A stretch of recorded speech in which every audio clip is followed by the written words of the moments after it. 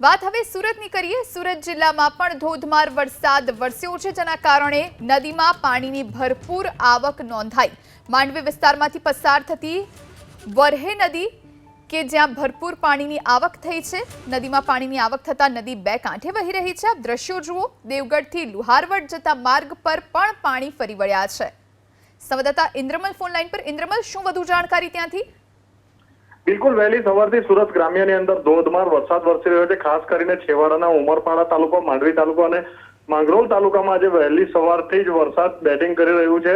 ખાસ કરીને ઉમરપાડા તાલુકામાં 4.5 ઇંચ જેટલો વરસાદ સવારથી ખાબકી ચૂક્યો છે અને જેને લઈને પસાર થતી વરે નદીની અંદર ભરપૂર પાણીની આવક થઈ છે।